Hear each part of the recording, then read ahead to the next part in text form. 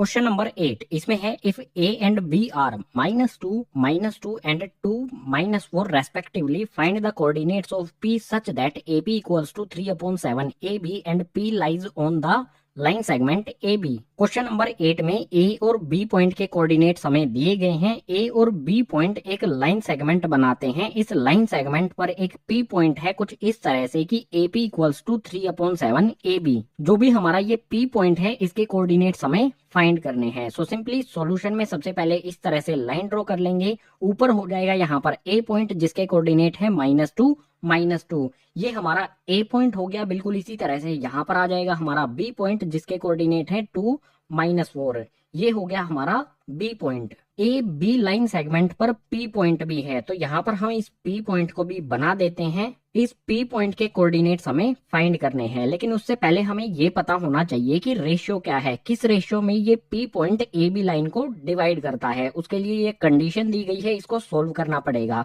सबसे पहले इसको एज इट इज सॉल्यूशन में यहाँ पर मैं लिख लेता हूँ। ए पी इक्वल्स टू में 3/7 ए बी। इस इक्वेशन से एपी और ए बी का रेशो हमें पता चल जाएगा। तो सोल्व करेंगे। सबसे पहले एपी हमारा एज इट इज आएगा। एपी के बाद यहाँ पर देख सकते हो ए बी 3/7 के साथ मल्टीप्लाई में है, इस साइड में शिफ्ट करेंगे तो ये आ जाएगा ए बी डिवाइड में। इक्वल्स का साइन लगाएंगे, इस साइड में बचा क्या हमारा 3/7 ये एज इट इज यहाँ पर आ जाएगा। एपी अपॉन ए बी ये आ गया हमारा 3/7 यानी कि एपी ए बी का रेशो है 3:7। यहाँ पर लिख लेते हैं ए पी के सामने 3 दिया गया है तो ए से लेके पी तक ये हो जाएगा हमारा 3। उसके बाद ए बी यानी कि ए से लेके बी तक हमें ये 7 दिया गया है, यानी कि ए से बी तक का जो रेशो है ये 7 होगा। अब सिंपल सी बात आप मुझे बताओ, ये ए से बी तक 7 है, ए से पी तक 3 है। अगर हमें ये पता करना हो कि पी से लेकर बी तक कितना होगा तो टोटल में से ए पी यानी कि 3 को माइनस कर देंगे तो हमें ये पता चल जाएगा। सिंपल 7 में से 3 को माइनस कर दो, ए पी वाले पार्ट को माइनस कर दो तो हमें पी बी वाला पार्ट पता चल जाएगा। 7 में से 3 को माइनस करेंगे तो पी बी आ जाएगा हमारा 4।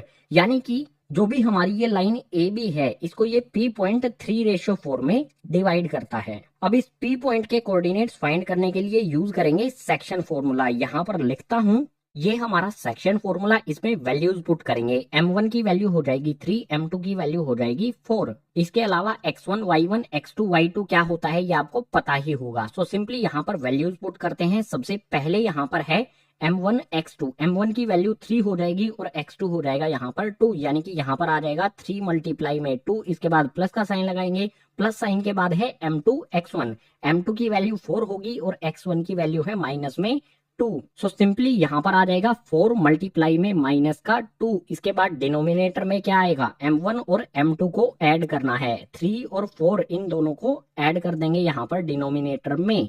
इसके बाद कोमा लगाएंगे, इधर वाली वैल्यूज को पुट करेंगे m1 y2। m1 की वैल्यू हमारी 3 है और y2 की वैल्यू है माइनस में 4। सो यहाँ पर आ जाएगा 3 मल्टीप्लाई में माइनस का 4, प्लस का साइन लगाएंगे इसके बाद, और यहाँ पर है m2 y1।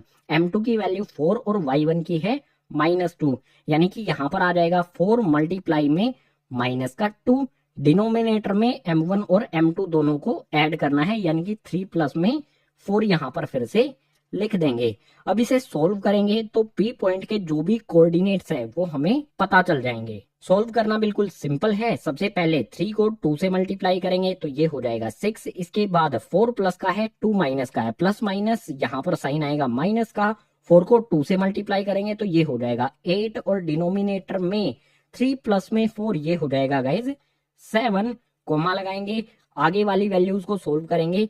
3 प्लस का 4 माइनस का, प्लस माइनस ये हो जाएगा माइनस। 3 को 4 से मल्टीप्लाई करेंगे तो हो जाएगा 12। इसके बाद यहाँ पर भी 4 प्लस का है 2 माइनस का है, प्लस माइनस ये हो जाएगा माइनस। 4 को 2 से मल्टीप्लाई करेंगे तो ये हो जाएगा 8 और डिनोमिनेटर में 3 और 4 इन दोनों को ऐड करेंगे तो हो जाएगा 7।